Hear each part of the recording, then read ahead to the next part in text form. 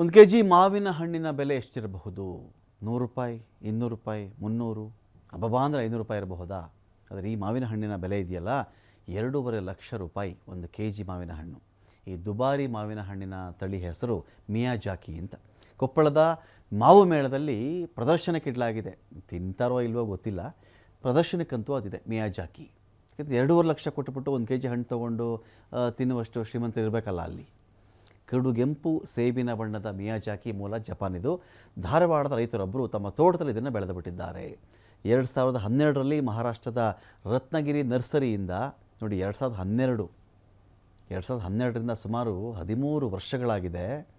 ಅವಾಗ ತಂದು ನೆಟ್ಟಿದ್ದಕ್ಕೆ ಈಗ ಹಣ್ಣು ಬಿಡ್ತು. 2.5 ಲಕ್ಷ ರೂಪಾಯಿನ ಹಣ್ಣಿದು 1 ಕೆ ಜಿಗೆ.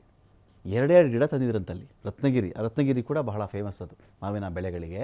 ಅಂಥ ಕಡೆಯಿಂದ ನರ್ಸರಿಯಿಂದ ತಂದಿದ್ದರು ಮಿಯಾಜಾಕಿ ತಳಿಯನ್ನು. ಈ ವರ್ಷ 25 ಮಾವಿನಕಾಯಿ ಫಸಲು ಬಿಟ್ಟಿದೆಯಂತೆ. ಇದು 25 ಕಾಯಿ ಬಿಡೋದು ಒಂದೇ, ಬೇರೆ ಮರ 250 ಕಾಯಿ ಬಿಡೋದು ಒಂದೇ. ಬೆಲೆ ಜಾಸ್ತಿ ಅಲ್ಲ ಇದಕ್ಕೆ. ಸೊ ಕಾಯಿ ಚೆನ್ನಾಗಿ ಬಲಿಯೋದಕ್ಕೆ 150 ದಿನಗಳು ಬೇಕು. ಈ ಹಣ್ಣನ್ನು 1 ತಿಂಗಳವರೆಗೂ ಇಡಬಹುದು, ಹಾಳಾಗಲ್ಲ. ಮಿಯಾಜಾಕಿ ಬಹಳ ಸಿಹಿ ಇರುತ್ತೆ, ತುಂಬ ರುಚಿ ಕೂಡ ಇರುತ್ತೆ ಅಂಥೇಳಿ. ತಿನ್ಲಿಕ್ಕೆ ಶಕ್ತಿ ಇರ್ತಕ್ಕಂಥವ್ರು ತಿನ್ನಿ, ಕೊಂಡುಕೊಂಡು ಇಲ್ಲಿದ್ದವ್ರು ನೋಡಿ. ಸರ್, ಕೃಷ್ಣ ಅಂತೇಳಿ ತೋಟಗಾರಿಕೆ ಇಲಾಖೆ ಉಪನಿರ್ದೇಶಕ ಕೊಪ್ಪಳ ಜಿಲ್ಲೆ ಕೆಲಸ ಮಾಡ್ತಾ ಇದ್ದೇನೆ. ಇವತ್ತು ನಮ್ಮ ತೋಟಗಾರಿಕೆ ಇಲಾಖೆ ವತಿಯಿಂದ 9ನೇ ವರ್ಷದ ಮಾವು ಮೇಳವನ್ನು ಇಲ್ಲಿ ನಾವು ನಮ್ಮ ತೋಟಗಾರಿಕೆ ಆವರಣದಲ್ಲಿ ಹಮ್ಮಿಕೊಂಡಿದ್ದೀವಿ.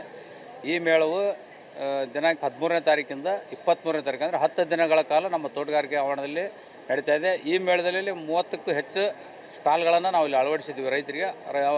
ಆ ಸ್ಟಾಲ್ಗಳನ್ನು ನಾವು ರೈತರಿಗೆ ಉಚಿತವಾಗಿ ಕೊಡ್ತಾಯಿದ್ದೀವಿ. ಇಲ್ಲಿ 100ಕ್ಕೂ ಹೆಚ್ಚಿನ ರೈತರು ತಮ್ಮ ಹೆಸರುಗಳನ್ನು ಮಾವು ಮಾರಾಟ ಮಾಡಲಿಕ್ಕೆ ನೋಂದಾಯಿಸಿದ್ದಾರೆ. ಇಲ್ಲಿ ರೈತರು ನ್ಯಾಚುರಲ್ ಆಗಿ ಹಣ್ಣುಗಳನ್ನು ಮಾಡಿ ಮತ್ತು ವೈಜ್ಞಾನಿಕವಾಗಿ ಹಣ್ಣುಗಳನ್ನು ಮಾರಾಟ